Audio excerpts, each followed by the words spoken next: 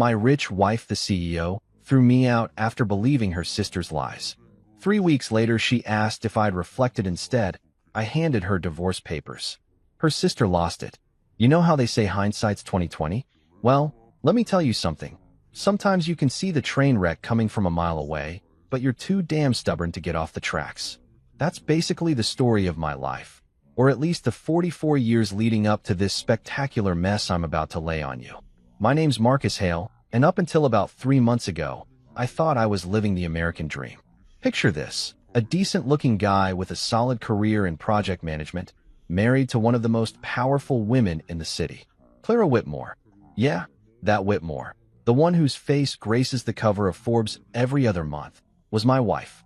CEO of Whitmore Luxury Real Estate, a company that basically owns half the prime real estate from Manhattan to the Hamptons. When people heard I was married to Clara Whitmore, their jaws would hit the floor so hard you could hear the thud from 3 blocks away. On paper, we were absolutely perfect. She brought the big bucks, the connections, the kind of influence that gets you tables at restaurants that don't even have names on their doors. Me?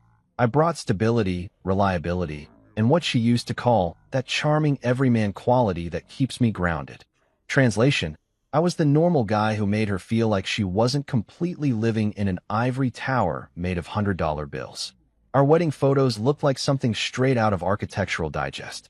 Her penthouse overlooking Central Park, with floor-to-ceiling windows that made you feel like you were floating above the peasants below. The marble kitchen island cost more than most people's cars, and don't even get me started on the wine cellar that housed bottles worth more than my college education. Clara would joke that marrying me was the best investment she'd ever made, and I'd laugh along, thinking she meant it in the sweet, romantic way couples talk about being each other's better halves. Spoiler alert, she didn't. But here's where our fairy tale takes a hard left into nightmare territory. See, Clara had this younger sister, Sabrina Whitmore, and if Clara was the golden child who could do no wrong, then Sabrina was the family's professional disappointment wrapped in designer clothes and an attitude that could curdle milk. Sabrina was 28, unemployed by choice, and had perfected the art of living off her sister's generosity like it was an Olympic sport. She had this whole setup going. Clara paid for her Manhattan apartment, her credit cards, her gym membership, her therapy sessions, her organic juice cleanses, and probably her monthly manicures that cost more than some people spend on groceries. Sabrina liked to call it family support, but the rest of us called it what it was, freeloading with a trust fund twist. From day one, Sabrina looked at me like I was something unpleasant she'd stepped in during her morning jog through Central Park. Not that she actually jogged. Physical exertion was beneath someone of her refined sensibilities. But you get the picture. Every family dinner, every holiday gathering, every casual drop-by visit, she'd give me this look. You know the one. Like she was mentally calculating exactly how much of her sister's money I was going to cost them over the years. The thing about Sabrina was that she had this talent for making her poison sound like concern. Clara, honey, don't you think Marcus seems a little too comfortable with your lifestyle? She'd say, her voice dripping with fake worry. I mean, it's so sweet how he's adapted to luxury so quickly. Almost like he was born for it, you know? And Clara, bless her brilliant but naive heart, would just nod along like Sabrina was dropping profound wisdom instead of passive-aggressive grenades designed to blow up my marriage from the inside. The dinner table conversations became my personal hell. Picture this scene. Clara at the head of the table, discussing her latest multi-million-dollar deal while casually sipping wine that cost more per bottle than most people make in a week.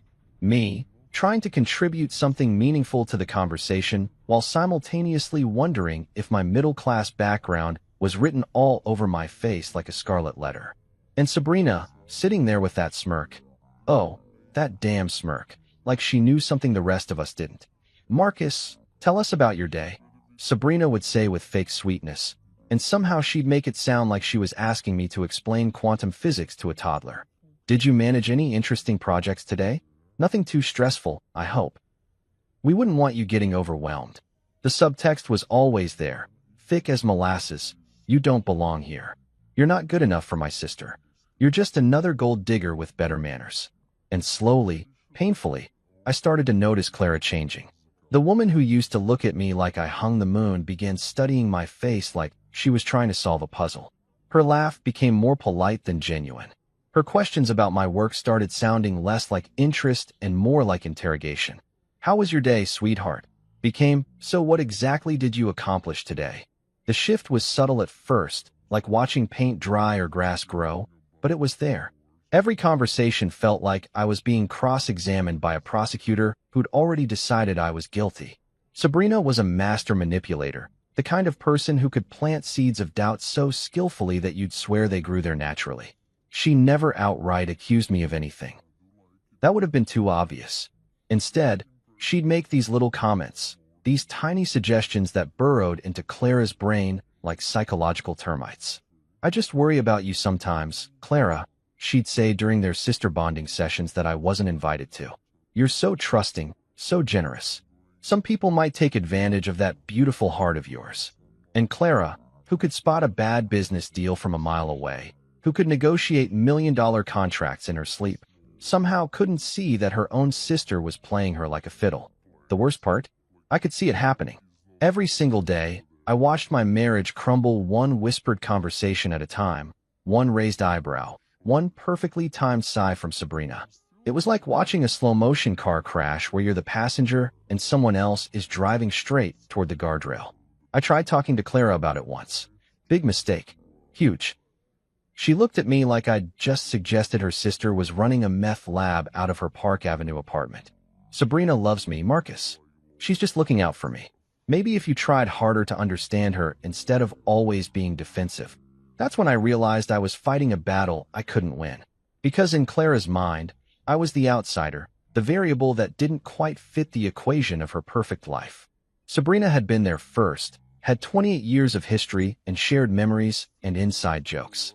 I had 3 years of marriage and a growing reputation as the paranoid husband who couldn't handle his sister-in-law's honest concern. But here's what neither of them knew. I might have been the stable, reliable, everyman husband, but I wasn't stupid. And I sure as hell wasn't going down without a fight. They thought they had me figured out. They thought I'd just roll over and accept whatever fate they decided for me. Boy, were they wrong. If I thought Chapter 1 was bad, let me tell you about the masterclass in psychological warfare that Sabrina put on during the following months. This woman didn't just thrive on drama. She practically had a PhD in it. I'm talking about someone who could create conflict in an empty room and somehow make it everyone else's fault. You ever meet someone who treats lying like an art form? That was Sabrina Whitmore in a nutshell. She didn't just tell lies. She crafted them, polished them, and served them up with such conviction that you'd start questioning your own memories. It was honestly impressive in the most terrifying way possible. The affair accusations started on a Tuesday. I remember because I was supposed to meet Clara for lunch at that overpriced bistro she loved downtown. The kind of place where they charge $30 for a salad and call it artisanal. I was running late from a client meeting when my phone buzzed with a text from Clara. "Rain check on lunch." Need to think about some things Sabrina told me. Some things Sabrina told her. Those 6 words should have come with a hazmat warning because they were about to poison everything we'd built together. When I got home that evening, the temperature in our penthouse felt like it had dropped about 20 degrees. Clara was sitting in her favorite chair, the white leather monstrosity that cost more than most people's monthly rent. With this look on her face like she'd just discovered I'd been running a human trafficking ring out of our spare bedroom. "We need to talk," she said. And brother, if you've ever been married, you know those 4 words are basically the relationship equivalent of code red. All hands on deck. Prepare for impact. "Sure, babe. What's up?" I said, trying to keep things light while my stomach was doing gymnastics routines that would make an Olympic athlete jealous. Clara took a deep breath, the kind you take before you jump off a cliff or tell someone their dog died. "Sabrina saw you having lunch with a woman today. A blonde woman. At Cafe Milano. Now, here's where it gets absolutely ridiculous. First off, I wasn't at Cafe Milano. I was in a conference room with 3 middle-aged guys discussing pipeline schedules for a construction project. Second, the only blonde I'd interacted with all day was the barista at Starbucks who spelled my name Marcus, despite me spelling it out for her. But Sabrina had planted this seed, and Clara was already nurturing it like it was going to bloom into a beautiful garden of justified suspicion. "Clara, honey, I was in meetings all day. I can show you my calendar, my emails. Hell, I can probably get security footage from my office building if you want. But here's the thing about Sabrina's lies. They were never just about the facts. They were about creating an atmosphere, painting a picture, building a narrative where I was the villain and she was the concerned sister trying to save Clara from heartbreak. "It's not just today, Marcus," Clara said, and I could practically hear Sabrina's voice coming out of her mouth. "She's been noticing things. The way you've been dressing better lately. How you've been staying late at work more often. The fact that you've been more attentive to your appearance." I stared at her like she'd just told me the earth was flat and birds were government surveillance drones. "You mean I've been dressing better because you bought me better clothes? And staying late because we landed 3 new major clients? And taking care of my appearance because I'm married to one of the most successful women in the city and I don't want to embarrass you at business functions?" But logic doesn't work when someone's already decided you're guilty. Clara had that look in her eyes, the same one she got when she was closing a particularly difficult real estate deal. She'd made up her mind, and now she was just looking for evidence to support her conclusion. The money accusations came next, because apparently I was supposed to be both an unfaithful husband and a financial parasite. According to Sabrina's latest intel, I'd been funneling funds into side businesses and using Clara's connections for personal gain. This was rich coming from someone whose only job was professionally spending her sister's money. But hey, who's keeping track? She showed me bank statements. "Marcus, transfers you've been making. Money going into accounts I don't recognize." This is where I almost laughed, because the mysterious transfers were me putting money into a savings account to surprise Clara with a trip to Italy for our anniversary. The unknown accounts were literally marked Anniversary Fund, Italy Trip in my banking app. But Sabrina had taken screenshots at just the right angle to make it look suspicious, like some kind of financial forensics expert who'd flunked out of detective school. "Clara, those are savings for your anniversary present. I can log into my account right now and show you." "Or," she said, and I could practically hear Sabrina whispering in her ear, "you could have set that up as a cover story in case I found out." This is when I realized I was dealing with conspiracy theory levels of paranoia. No matter what evidence I provided, there was always another explanation that painted me as the bad guy. It was like playing chess with someone who changed the rules every time they were about to lose. The worst part wasn't even the accusations themselves. It was watching Clara transform into someone I didn't recognize. This woman who used to trust me completely, who would defend me against anyone and everyone, was now treating every word out of my mouth like it needed to be fact-checked by 3 independent sources. My friends tried to warn me. Dave from work took me out for drinks and said, "Dude, that sister-in-law of yours is straight up toxic. Clara's letting her pull the strings like she's a puppet." My buddy Mike was more direct.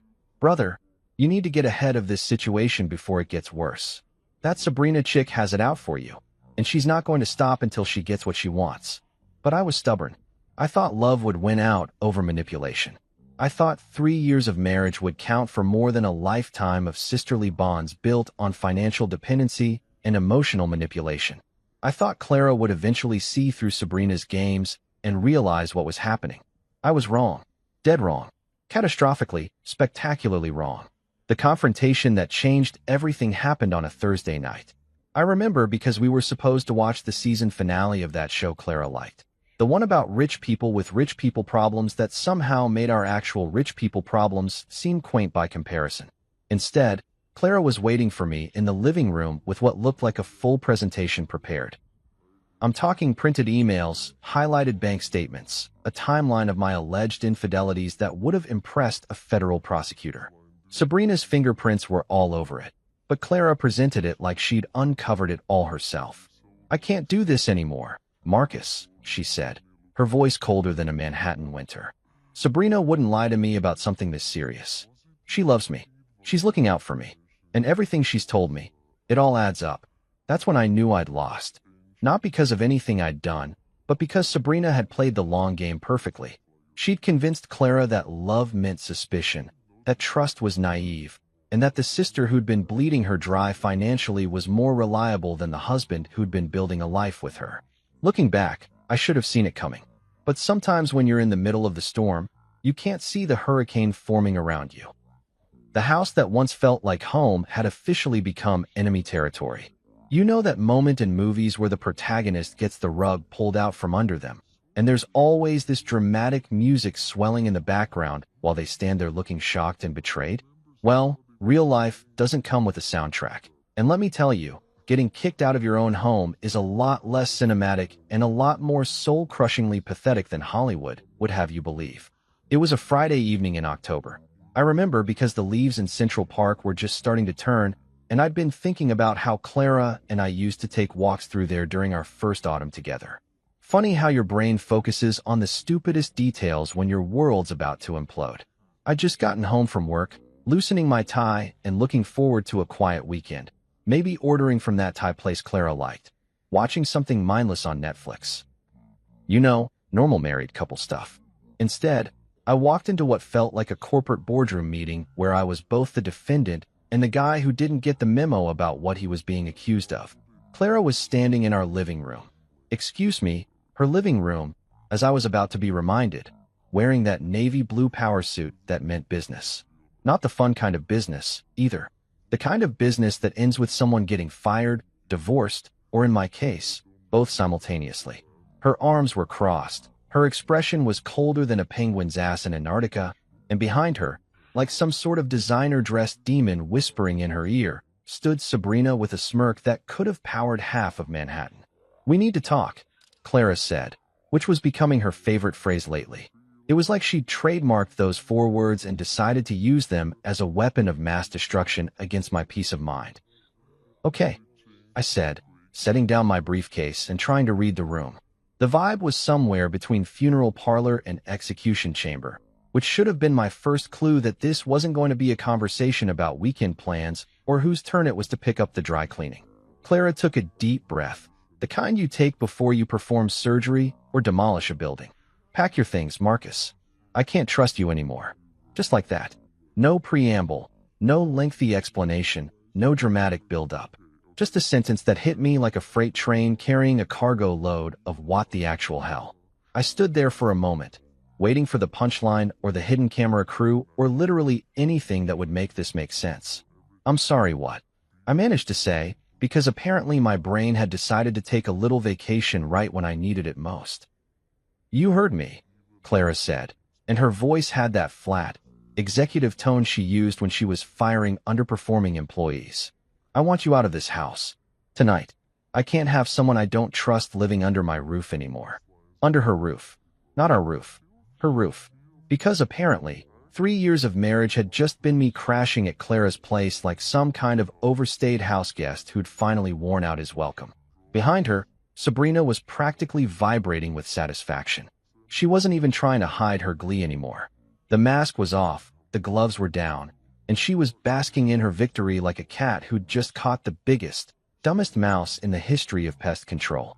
"Clara, honey, let's talk about this," I said, trying to keep my voice calm and reasonable, like I was negotiating a business deal instead of fighting for my marriage. "Whatever Sabrina told you. Don't." Clara held up her hand like a traffic cop stopping a speeding car. "Don't you dare try to turn this around on my sister. Sabrina didn't make you lie to me. Sabrina didn't make you sneak around behind my back. Sabrina didn't make you use me for my money and connections." It was like listening to a greatest hits album of all the garbage Sabrina had been feeding her for months. Suggestion every that had been slowly killing our marriage was right there in Clara's every voice, poisonous, delivered with the conviction of someone who'd completely bought into the con. "None of that is true, Clara, and you know it," I said, and I could hear the desperation creeping into my voice despite my best efforts to stay cool. "I've never lied to you. I've never cheated on you. And I sure as hell have never used you for anything. I love you." Sabrina actually snorted at that. Literally snorted, like I'd just told the world's worst joke at the world's most inappropriate time. "Oh, please, Marcus. Save the performance for someone who's buying tickets. I'm not talking to you," I said, turning to look directly at her for the first time since this nightmare conversation started. "In fact, I'm pretty sure none of this is any of your damn business. It became my business the moment you started hurting my sister." Sabrina shot back, her voice dripping with fake righteous indignation. Clara deserves better than someone who lies to her face every single day. That's when Clara stepped in, and the way she positioned herself, slightly in front of Sabrina, like she was protecting her from me, told me everything I needed to know about where her loyalties lay. Sabrina wouldn't lie to me about something this serious. Marcus. She loves me. She's looking out for me. And frankly, she's been right about you from the beginning. Right about me from the beginning. As in, Sabrina had been planning my downfall since day one, and Clara was just now admitting it out loud. As in, my wife had been listening to her sister poison our marriage for 3 years, and instead of defending our relationship, she'd been taking notes. So that's it? I asked, and I could feel something hardening inside my chest, like my heart was turning to stone in real time. 3 years of marriage, and you're just going to throw it all away because your unemployed, freeloading sister convinced you I'm some kind of criminal mastermind. The unemployed and freeloading comments hit their mark. Sabrina's face flushed red, and for a second, I saw a crack in her smug facade. But Clara stepped even further forward, her CEO instincts kicking in to protect her investment. Leave, Marcus. Now, before I call security. Security. She was threatening to call security on her own husband. In the home we'd shared for 3 years. The home where we'd laughed together, fought together, made love, made plans for the future, celebrated anniversaries and birthdays and holidays. She was going to have me escorted out like some kind of trespasser who'd overstayed his welcome at a house party. I looked around the living room one last time. At the couch where we used to watch movies together, at the dining table where we'd hosted dinner parties, at the windows that looked out over the city we'd planned to grow old in together. All of it felt foreign now, like I was looking at someone else's life through a museum display case. Fine, I said, and my voice sounded strange and distant, even to me. I'll pack a bag. As I headed toward the bedroom. Excuse me, her bedroom, to grab some clothes and essentials, I could hear Sabrina whispering something to Clara, probably cementing her victory with some final poisonous observation about how this proved she'd been right all along. I threw some shirts, pants, underwear, and toiletries into a single duffel bag, moving on autopilot while my brain tried to process what had just happened. 3 years of my life, reduced to whatever I could fit in one bag during a 10-minute packing session while my wife's sister watched from the doorway, like a prison guard making sure I didn't steal the silver. When I walked back into the living room, Clara was standing by the door, holding it open like she couldn't wait to get me out of her sight. Sabrina was practically bouncing on her toes with excitement. This is a mistake, Clara, I said one last time. And someday you're going to realize it. The only mistake I made was trusting you in the first place, she replied, not even looking at me. So I walked out. I walked out of the penthouse, out of the building, out of the life I'd built with someone I thought loved me enough to at least give me the benefit of the doubt. The door closed behind me with a sound that felt like a coffin lid slamming shut. Standing on the sidewalk with my single bag, watching taxis and pedestrians go about their normal Friday evening routines, I felt something I hadn't expected. Relief. Underneath all the hurt and anger and betrayal, there was this weird sense of relief. Like I'd finally stopped pretending everything was okay when it clearly wasn't. They thought they'd won. They thought I'd come crawling back, begging for forgiveness and promising to be a better boy. They had no idea what they'd just unleashed. You ever been to one of those fancy spas where they put you in a sensory deprivation tank and tell you it's supposed to be therapeutic? Well, let me tell you about the 3 weeks I spent in my crappy downtown apartment, because it was basically the same experience, except instead of finding inner peace, I was plotting the most elegant revenge in the history of marital warfare. My new place was what real estate agents like to call cozy and normal people call a shoebox with delusions of grandeur. 600 square feet of pure mediocrity, complete with a refrigerator that sounded like a dying whale and neighbors who apparently thought practicing interpretive dance at 2 in the morning was a perfectly reasonable life choice. After 3 years of living in Clara's penthouse palace, this place felt like I'd been demoted from first class to the cargo hold of life. But you know what? It was mine. Nobody could kick me out of it. Nobody could stand in the living room and tell me to pack my things because they didn't trust me anymore. And most importantly, nobody could fill the air with poisonous whispers about what a terrible person I was while I was trying to watch Netflix and eat cereal for dinner like a functioning adult. The first few days were rough, I'll admit it. I spent a lot of time staring at the ceiling, wondering how the hell my life had taken such a hard left turn into Crazyville. I'd wake up in the morning and reach for Clara. only to remember that Clara was probably having champagne breakfast with her psychotic sister, celebrating their victory over the evil husband who'd apparently been running some kind of long-con marriage scam for 3 years. But here's the thing about hitting rock bottom. It's actually pretty solid ground to build on. And while I was sitting there in my apartment, eating takeout Chinese food and wondering if this was what a midlife crisis looked like, something interesting started happening. My phone wasn't ringing. Not once. Not a single call from Clara asking how I was doing, or if I was okay, or if maybe we should talk about things like adults instead of letting her sister orchestrate my exile, like some kind of designer-dressed puppet master. Radio silence. Complete and total radio silence. Which told me everything I needed to know about how much my 3-year marriage had really meant to her. Apparently, throwing out your husband was like throwing out old furniture. Once it's gone, you don't really think about it anymore. But Sabrina? Oh, Sabrina was having the time of her life. Social media became her personal victory lap, and I got to watch the whole show from my front row seat in Loserville. Instagram stories featuring expensive lunches with captions like, "So grateful for family, who really have your back." Facebook posts about toxic people and how sometimes you have to cut dead weight to truly flourish. Twitter updates about supporting strong women who deserve better. Each post was like a little digital middle finger aimed directly at me. And the worst part? She was doing it all from Clara's accounts, Clara's events, Clara's money. The unemployed sister who'd never worked a day in her life was playing social media influencer with someone else's success. And somehow, I was the villain in this story. But instead of getting pissed off, which is what the old Marcus would have done, I started getting curious. Because here's what didn't add up. If I was such a terrible husband, such a lying, cheating, money-grabbing scumbag, why wasn't Clara talking about it? Why wasn't she posting her own free-at-last celebration posts? Why was Sabrina doing all the public victory dancing while Clara stayed conspicuously quiet? That's when I started paying attention to the details. And brother, when you're a project manager who spent 20 years of his career catching other people's mistakes and fixing other people's messes, you develop a pretty good eye for things that don't quite line up. Like the fact that Clara's company had been unusually quiet lately. No big announcements, no new developments, no press releases about record-breaking sales quarters. For a woman who usually treated her business success like a full-contact sport, the silence was deafening.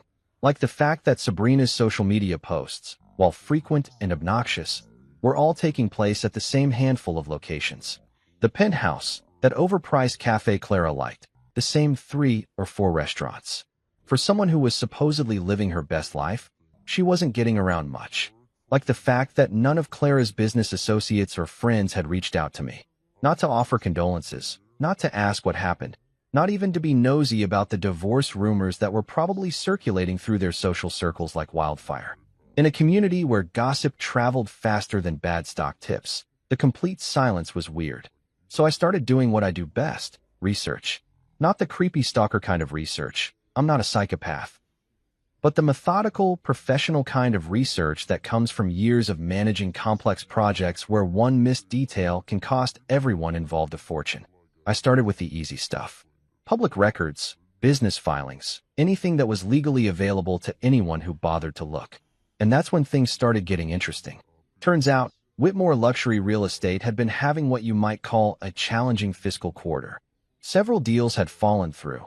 A couple of major investors had pulled out, and there were some regulatory issues with a development project that had been Clara's pet project for the past 2 years.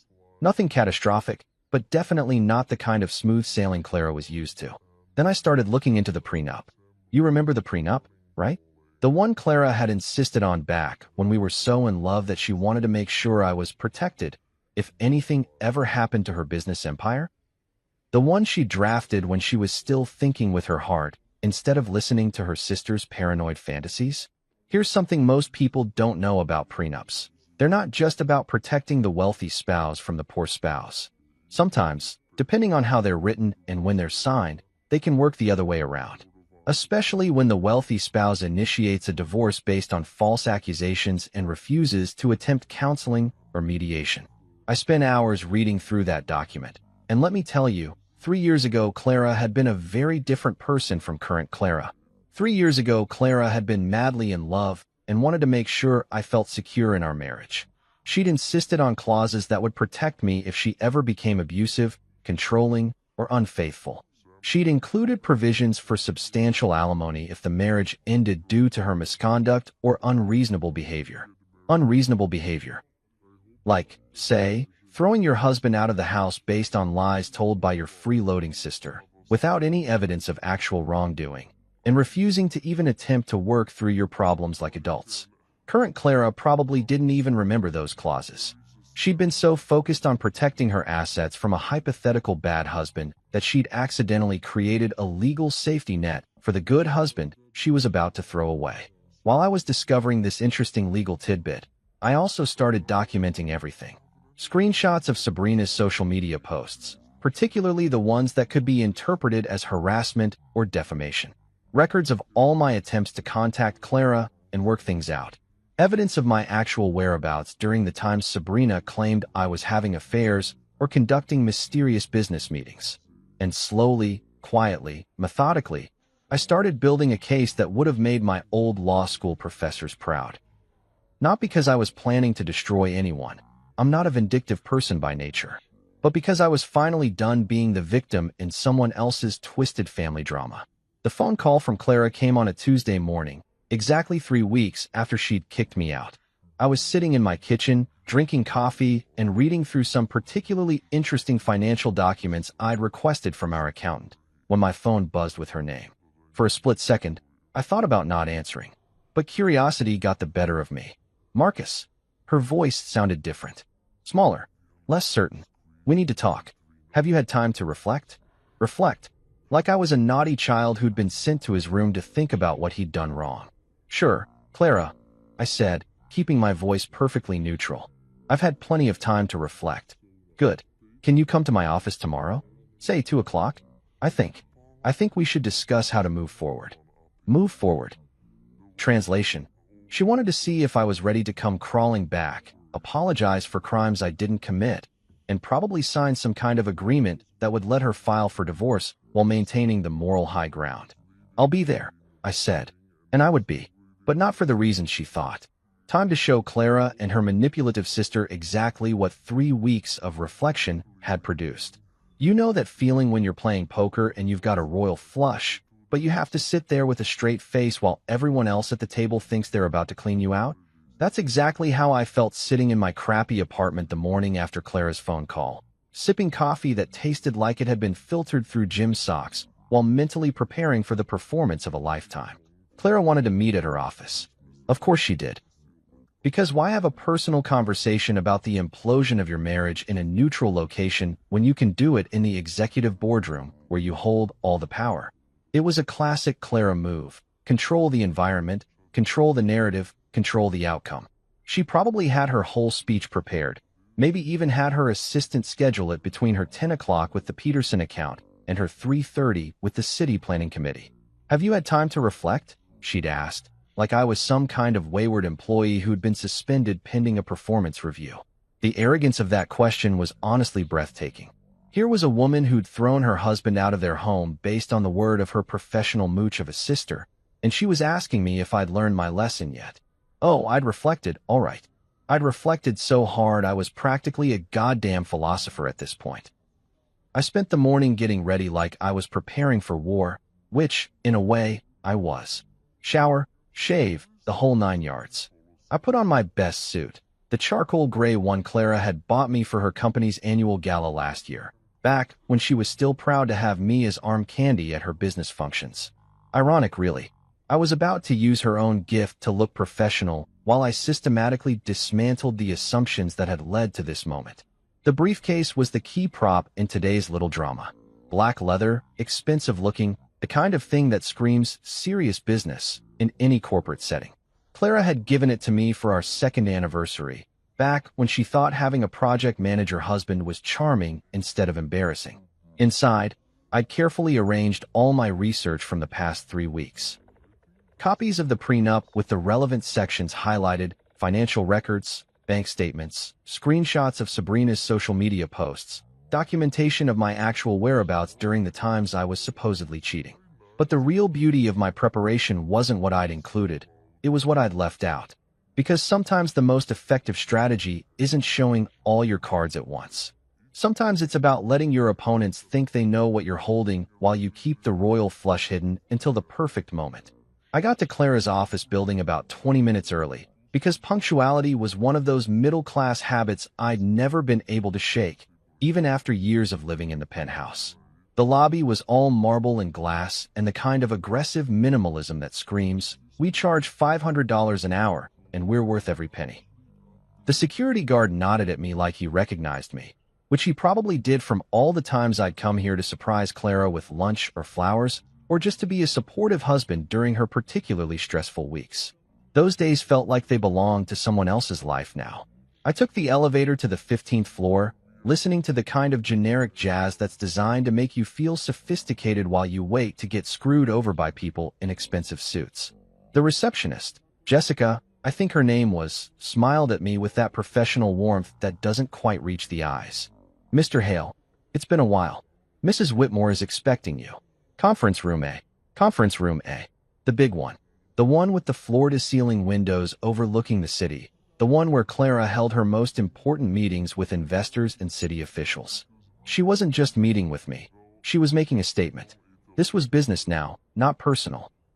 I was being summoned to the principal's office to discuss my behavioral issues. I sat in the waiting area, watching Clara's employees go about their daily routines. These were people I'd met at company parties, people who'd congratulated me when Clara and I got married, people who'd probably been gossiping about my mysterious disappearance for the past 3 weeks. I wondered how many of them knew the real story versus Sabrina's version of events.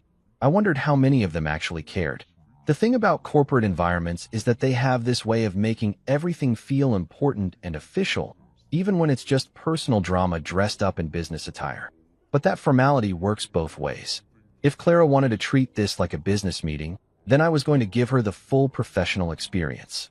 My phone buzzed with a text from my lawyer. "Documents ready when you are. Give them hell." Documents. Plural. Because while Clara had been spending the past 3 weeks basking in her victory over the terrible husband, I'd been doing something she apparently hadn't considered. I'd been getting legal advice from someone who actually knew what they were talking about. At exactly 2 o'clock, Jessica appeared at my side with that same professional smile. "Mrs. Whitmore is ready for you now." I followed her down the hallway, past the motivational posters and awards and photographs of Clara shaking hands with various important-looking people. This was her domain, her kingdom, her carefully constructed monument to success and control. And in about 10 minutes, I was going to show her exactly how much control she actually had over this situation. The conference room door opened, and there she was. Clara, sitting at the head of the long mahogany table like she was chairing a board meeting instead of having a conversation with her estranged husband. She looked good. She always looked good, but there was something different about her face. Tired, maybe, or stressed. The past 3 weeks hadn't been as easy as she'd pretended. And there, sitting to her right like some kind of evil advisor, was Sabrina. Because of course Sabrina was there. Of course the woman who'd orchestrated this entire situation would want to be present for my humiliation. She was probably planning to live tweet the whole thing. "Marcus," Clara said, gesturing to the chair across from her. "Please sit down." I sat down and placed my briefcase on the table with deliberate care. Both women looked at it with curiosity, probably wondering what pathetic collection of apologies and promises I'd brought to grovel my way back into their good graces. "Thank you for coming," Clara continued, slipping into her CEO voice like putting on a familiar jacket. "I hope these past few weeks have given you time to think about everything that's happened between us. Everything that's happened between us. Like our marriage had just spontaneously combusted instead of being systematically destroyed by the woman sitting next to her." "Oh, I've been thinking," I said, keeping my voice calm and pleasant. "I've been thinking a lot." Sabrina leaned forward slightly, that familiar smirk playing around the corners of her mouth. She was enjoying this already, anticipating the moment when I'd break down and beg for forgiveness while she got to play the role of the protective sister who'd saved Clara from a terrible mistake. "Good," Clara said, "because I think we need to discuss how we're going to handle this situation going forward. Our marriage, our living arrangements, our future. Our future." The way she said it, with that slight pause, told me everything I needed to know about what kind of future she had in mind. There would be a divorce, probably with me taking the blame for the whole mess. There would be a settlement, probably heavily weighted in her favor. There would be a narrative where she was the successful businesswoman who'd been taken advantage of by a gold-digging husband, and Sabrina was the loyal sister who'd tried to warn her. It was a nice plan. Clean, simple, effective. Too bad for them that I'd spent the past 3 weeks coming up with a better one. Actually, Clara, I said, reaching for my briefcase, I think you're right. We do need to discuss our future. And I've brought along some materials that I think will help clarify exactly what that future is going to look like. The briefcase clicked open with a sound that seemed to echo in the suddenly quiet room. Both women were staring at me now with expressions that had shifted from confident control to something that looked suspiciously like uncertainty. Before we get started, I continued, pulling out a neat stack of papers. I just want to say that I've done a lot of reflecting over the past 3 weeks. About our marriage, about trust, about what happens when people make assumptions without checking the facts first. I placed the papers on the table between us and looked directly at Clara for the first time since I'd walked into the room. And what I've concluded is that you're absolutely right. We do need to discuss how we're going to handle this situation going forward.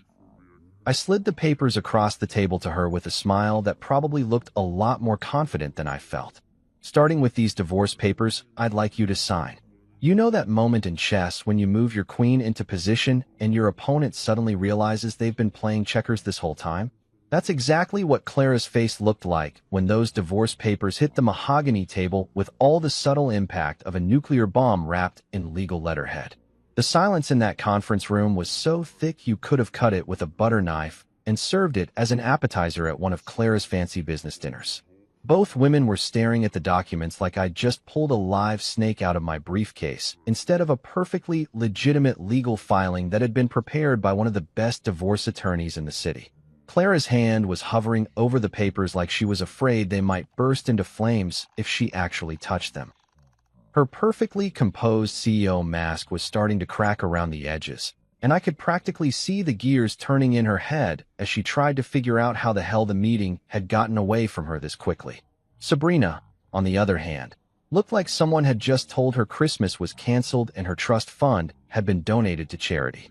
The smirk that had been permanently attached to her face for the past 3 weeks had vanished completely, replaced by an expression that was somewhere between confusion and pure, unadulterated panic. What is this? Clara finally managed to say, her voice carrying just the tiniest tremor that told me I'd succeeded in rattling her cage in a way that probably hadn't happened since her first board meeting 20 years ago.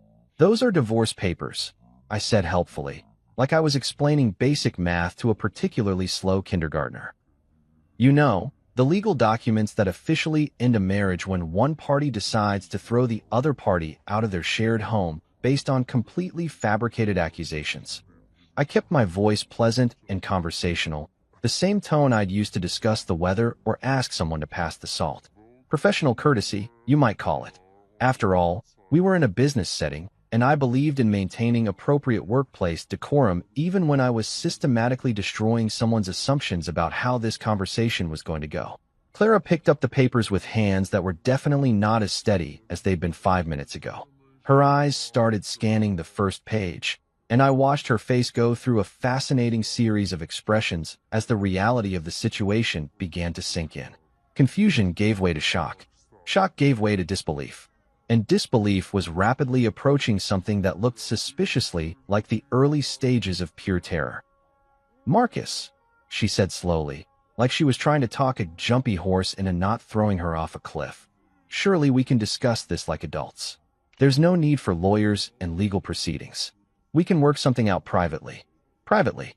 Translation: she wanted to negotiate this mess behind closed doors where she could control the narrative and minimize the damage to her reputation. Where she could spin it as a mutual decision instead of the train wreck it actually was. "Oh, we absolutely can discuss this like adults," I agreed cheerfully. "In fact, that's exactly what we're doing right now. You're an adult, I'm an adult, and these are adult consequences for adult decisions." Funny how that works, isn't it? Sabrina had been unusually quiet during this exchange, which should have been my first warning that she was about to do something spectacularly stupid.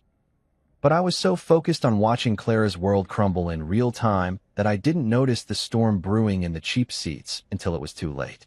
You can't do this. Sabrina suddenly exploded, slamming her manicured hand down on the table hard enough to make the water glasses jump. You can't just waltz in here and destroy my sister's life because you got caught red-handed. And there it was. The mask was completely off now, and Sabrina was showing her true colors in all their ugly, manipulative glory. Gone was the concerned sister act, the subtle poison whispered in Clara's ear. This was pure, undiluted rage from someone who'd just realized that her carefully constructed house of lies was about to come tumbling down around her ears. Caught red-handed doing what, exactly? I asked, turning to look at her directly for the first time since this whole circus had started. Please, enlighten me. What exactly was I caught doing? You know what you did? She shrieked, her voice hitting a pitch that probably had dogs howling 3 blocks away. The affairs, the money, the lies. Which affairs? I interrupted calmly. The ones where I was supposedly seen at Cafe Milano when I was actually in a conference room with witnesses who can verify my whereabouts? Or maybe you're talking about the mysterious blonde woman who turned out to be a barista at Starbucks who can't spell my name correctly on a coffee cup. Sabrina's face was turning an interesting shade of red that clashed horribly with her designer outfit. The money transfers. The secret accounts. You mean my anniversary savings account? I pulled out my phone and opened my banking app with theatrical precision. The one labeled Anniversary Fund, Italy trip that I was using to surprise Clara with a romantic vacation? Would you like to see the screenshots? Or should I just email them directly to Clara's legal team? This was the beautiful thing about dealing with pathological liars. They never expect you to have actual facts to back up your side of the story. They get so used to operating in a world of whispered suggestions and manufactured drama that they forget normal people keep records of things like bank statements and work schedules. Clara was still reading through the divorce papers, and I could tell she'd gotten to the really interesting parts because her face had gone from pale to absolutely ghostly. She was looking at the prenup clauses, the ones that spelled out in excruciating legal detail exactly what happened when a marriage ended due to unreasonable behavior on the part of the wealthy spouse. Unreasonable behavior. Like refusing to investigate accusations before acting on them. Like throwing your spouse out of the marital home without cause. Like prioritizing the word of a financially dependent family member over the person you'd promised to love, honor, and trust until death do you part. Marcus, Clara said quietly, and for the first time in months, she sounded like the woman I'd married instead of the CO who'd been interrogating me over dinner for weeks. These clauses, I don't remember agreeing to these terms. You insisted on them, I reminded her gently. You said you wanted me to feel secure in our marriage. You said you never wanted me to worry that you might use your wealth as a weapon against me if things got difficult. The irony was so thick you could have used it to pave roads. Clara had been so concerned about protecting me from hypothetical future Clara that she'd accidentally created a legal safety net for exactly this situation. Sabrina was reading over Clara's shoulder now, and I watched her face go from red to white to an interesting shade of green as she realized what those highlighted sections actually meant. Her sister, her meal ticket, her source of income, her entire lifestyle, was about to become significantly less wealthy, and it was all because of the lies Sabrina herself had planted. Clara, you can't sign this, Sabrina whispered urgently. There has to be another way. You can fight it. You can. Fight what? Clara asked, and her voice sounded hollow and defeated. Fight the prenup I insisted on. Fight the documented evidence that Marcus wasn't actually cheating. Fight the fact that I threw my husband out of our home based on accusations I never bothered to verify. She looked up at me, and for a moment, I saw a flash of the woman I'd fallen in love with 4 years ago. The one who was brilliant and successful, but also vulnerable and uncertain beneath all that corporate armor. How much? She asked quietly. I pretended to think about it for a moment, even though I'd memorized every single clause and calculation weeks ago. According to the prenup you drafted, and given the circumstances of our separation, the monthly alimony comes out to roughly 30% of your net income for the next 5 years, with a lump sum payment of $2.4 million to be paid within 60 days of the divorce decree. Sabrina made a sound like she was choking on her own tongue. $2.4 million? Clara, you can't afford that. The business, the expenses, the gambling debts. I suggested helpfully. Oh yes, we'll definitely need to discuss those. Both women went very, very still. Even the air in the room seemed to stop moving, like the entire building was holding its breath to see what would happen next. Gambling debts, Clara repeated slowly. And that's when I knew I had them exactly where I wanted them. Time for the real fun to begin. You ever watch a controlled demolition on TV? You know, where they blow up an old building and it comes down in slow motion, floor by floor, until there's nothing left but dust and debris? That's exactly what happened to Sabrina Whitmore's composure when I dropped the words gambling debts into that conference room like a stick of dynamite with a very short fuse. The transformation was honestly spectacular. 1 second she was sitting there trying to look like the concerned sister, still clinging to the last shreds of her victim act. And the next second, she was launching herself out of her chair like someone had just electrified the upholstery. "You bastard," she screamed, and I mean screamed, the kind of sound that probably sent every dog in a 5-block radius running for cover. "You lying, manipulative bastard. You can't prove anything." But there's the beautiful thing about gambling addicts, especially the kind who think they're smarter than everyone else. They leave a trail of evidence longer than the receipt from a Black Friday shopping spree at Macy's. And when that evidence involves stealing money from your sister's business accounts to feed your addiction, well, that trail becomes less like breadcrumbs and more like neon highway markers pointing straight to federal prison. Clara was staring at Sabrina like she'd never seen her before in her life. Gambling debts? Sabrina, what is he talking about? Nothing. Sabrina shot back, but her voice had gone up about 3 octaves, which is generally not what innocent people sound like when they're denying accusations. He's making it up. He's trying to deflect from his own crimes by my own crimes. I interrupted, reaching back into my magical briefcase of truth bombs. You mean like this? I pulled out a manila folder that was thick enough to choke a horse and placed it gently on the table between us. The silence that followed was so complete I could hear the air conditioning humming in the vents overhead. "These are bank statements," I said conversationally, like I was discussing the weather instead of about to destroy someone's entire life. Not mine, obviously, since you've already established that my finances are an open book. These are from several offshore accounts that were opened using Clara's business credit and social security number. Clara's face went from pale to absolutely ghostly. "What are you talking about, Marcus?" "Well, it's interesting," I continued, opening the folder and spreading out the documents with the kind of care usually reserved for handling ancient manuscripts. "It seems someone has been making regular transfers from Whitmore Luxury Real Estate's operating accounts into these offshore holdings for the past 18 months. Small amounts at first, 5,000 here, 10,000 there, but gradually increasing in frequency and size." Sabrina was standing now, backing away from the table like the papers were radioactive. "You can't, that's not. How did I get these?" I smiled at her with all the warmth of a shark who'd just spotted a wounded seal. Funny thing about being married to a CEO, you pick up a few contacts in the financial investigation business. Turns out, when you pay the right people enough money, they can trace just about any financial irregularity back to its source. I pulled out another sheet. This one with highlighted sections that looked like a Christmas tree had exploded all over it. This particular account shows regular withdrawals at various casinos in Atlantic City, Las Vegas, and, my personal favorite, an online poker site called Lucky Lady's Last Chance. Really classy name, by the way. Very subtle. Clara was reading over my shoulder now, her breathing getting shallow and quick like someone was slowly squeezing all the air out of the room. "Sabrina, please tell me this isn't what it looks like." "It's not what it looks like," Sabrina shrieked, but she was still backing toward the door like she was planning to make a run for it. "He's fabricated all of this. He's trying to frame me because he knows he's caught."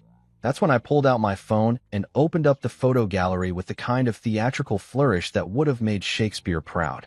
"You know, Sabrina, for someone who's supposedly being framed, you sure do take a lot of selfies at casino tables." The photos were beautiful, really. Crystal clear shots of Sabrina living her best life at blackjack tables, slot machines, and poker games, all tagged with locations and timestamps that corresponded perfectly with the dates of the mysterious account withdrawals. Social media had been her downfall. She'd been so proud of her high-roller lifestyle that she'd documented every single gambling session like she was creating evidence for her own prosecution. "These are from your Instagram account," I explained helpfully to Clara, who was staring at the photos like they were pictures of her sister committing murder. Apparently, Sabrina thought her gambling adventures were worth sharing with the world. Very civic-minded of her, really. Made my investigator's job much easier. Clara's voice was barely above a whisper. "You stole from my company? You stole from me. I didn't steal anything." Sabrina was full-on hyperventilating now, her designer dress sticking to her, with sweat despite the air conditioning that was probably set to Arctic. "It was just borrowing. I was going to pay it back. I was on a winning streak, and—" "A winning streak." I laughed, and I'll admit it wasn't a particularly nice laugh. "According to these records, you've lost approximately $473,000 over the past 18 months. If that's a winning streak, I'd hate to see what you consider a losing streak." The number hit Clara like a physical blow. She actually staggered backward and had to grab the edge of the conference table to keep herself upright. $473,000? Sabrina, that's almost half our emergency operating fund. It would have been more, I added cheerfully, but the accounts got flagged by the fraud prevention system last month. Turns out banks get suspicious when someone suddenly starts making large transfers to offshore gambling sites. Who knew? That's when Sabrina completely lost what was left of her mind. She started screaming, not words, just pure, inarticulate rage, and before anyone could react, she grabbed the water pitcher from the conference table and hurled it at me with the kind of accuracy that suggested she'd been practicing. I ducked. The pitcher shattered against the wall behind me in a very satisfying explosion of glass and water, and suddenly the conference room looked like a hurricane had blown through it. "You destroyed everything," she screamed, advancing on me with her hands curved into claws like she was planning to scratch my eyes out. "Everything I worked for, everything I built, everything you built." Clara's voice cut through the chaos like a sword through silk. "You built nothing, Sabrina. You've never worked a day in your life. You've been living off my money, stealing from my company, and apparently lying to me about everything for years." The sisters were facing each other now across the wreckage of the conference room, and the family resemblance had never been clearer. They had the same bone structure, the same general build, but Clara looked like strength and determination, while Sabrina looked like those qualities had been twisted into something desperate and ugly. "I protected you from him," Sabrina shrieked, pointing at me like I was the devil himself. "He was using you. He was going to take everything you worked for. The only person who's been taking everything I worked for is you." Clara shot back, and her voice had that cutting edge that made her opponents in business negotiations break out in cold sweats. "You've been robbing me blind while telling me my husband was the criminal." I decided this was probably a good time to interject before someone ended up needing medical attention. "Clara, I think we should call security. And probably the police. Embezzlement is a felony, and assault with a water pitcher is at least a misdemeanor." The word police seemed to snap Sabrina back to something resembling reality. She stopped advancing on me and started looking around the room like she was just now realizing how completely screwed she was. "Clara, please," she said, and suddenly her voice was small and desperate instead of angry. "I'm your sister. Family. We can work this out. I can get help. I can go to therapy, join Gamblers Anonymous, whatever you want. Just don't." "Don't what?"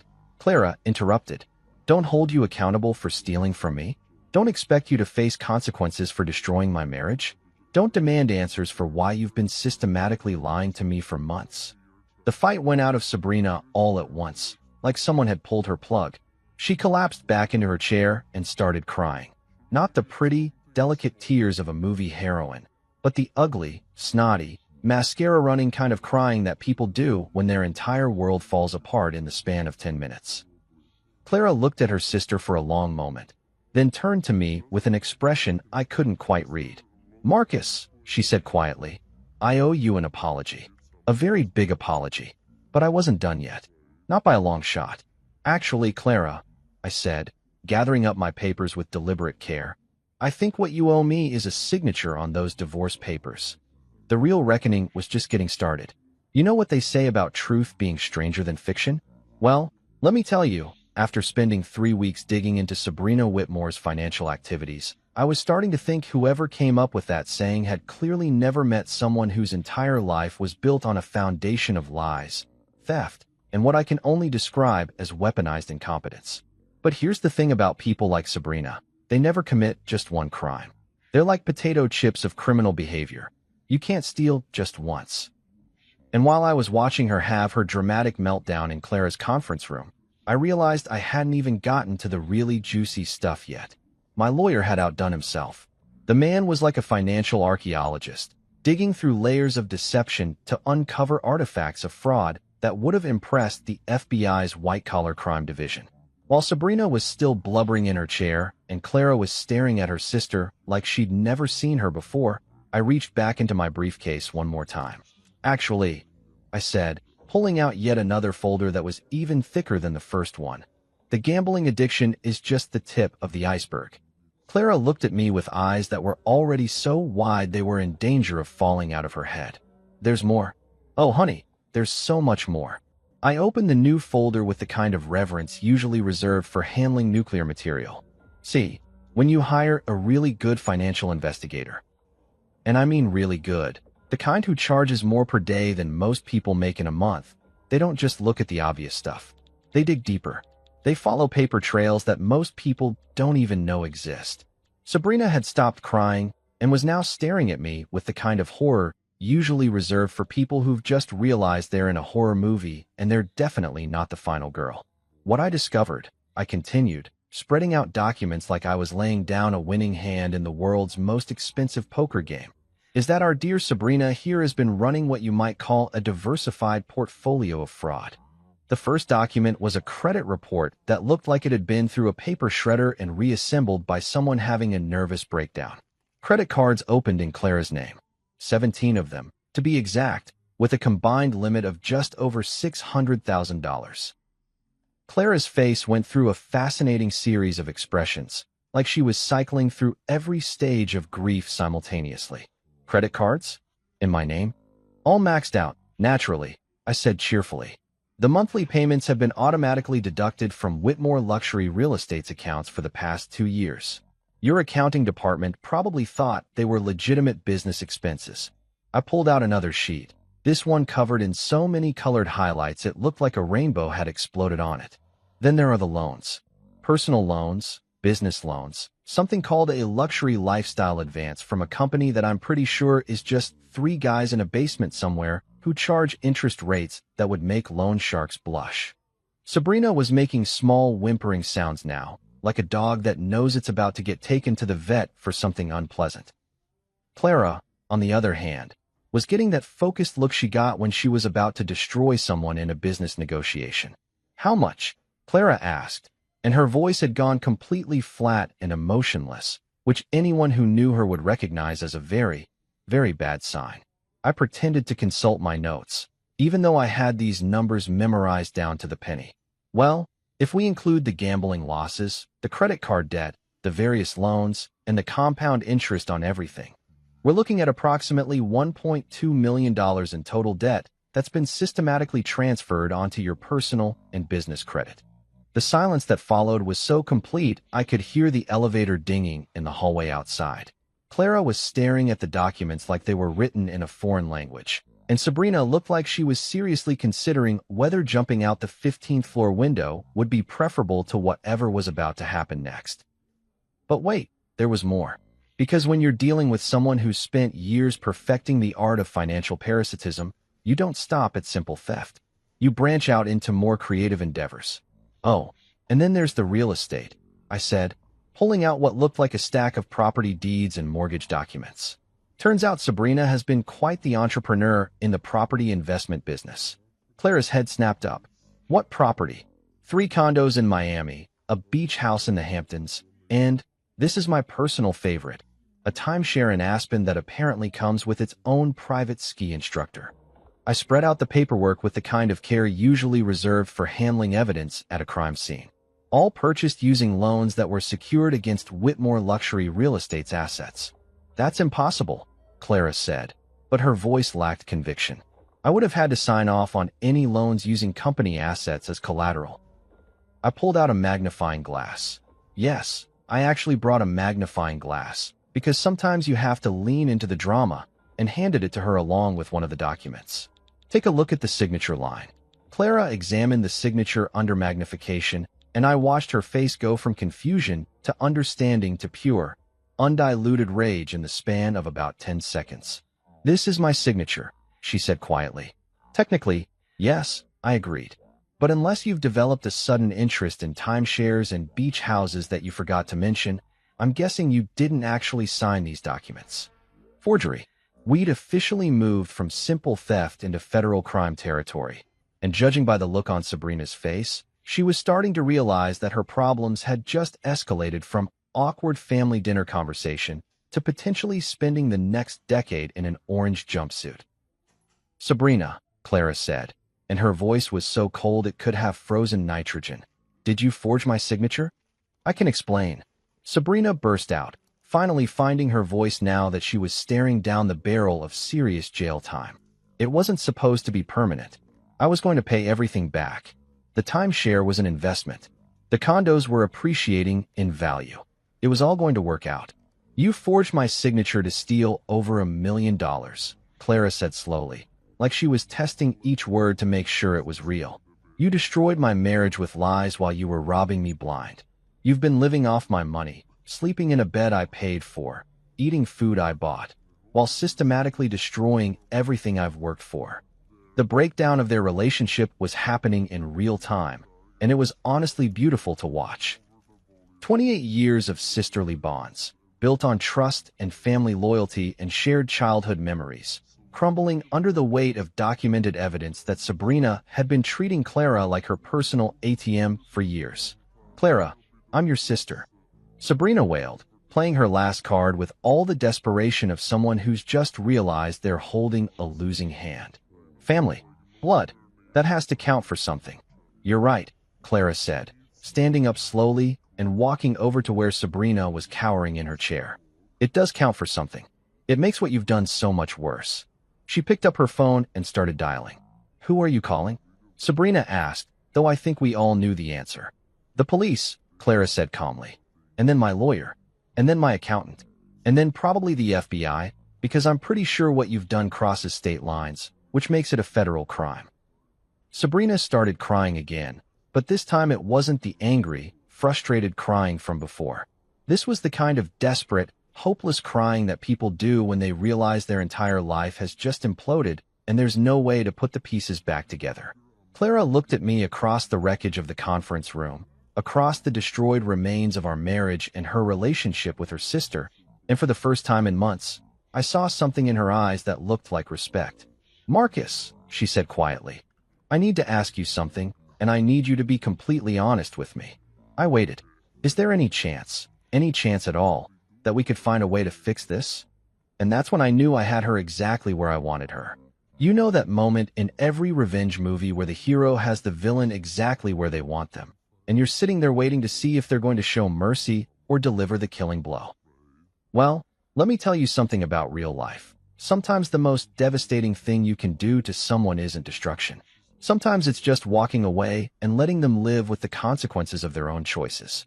Clara was looking at me with those big, desperate eyes that had once made me melt like butter on hot toast. The same eyes that had convinced me to propose, that had made me believe I was the luckiest guy in the world when she said yes, that had looked at me with such love and trust during our wedding ceremony that I'd actually teared up in front of 300 of Manhattan's most influential people. Now those same eyes were pleading with me to save her from the wreckage of her own making. "Is there any chance we could fix this?" she'd asked, and the hope in her voice was so fragile it was practically heartbreaking. Almost. I stood up slowly, gathering my papers with the same methodical care I'd used throughout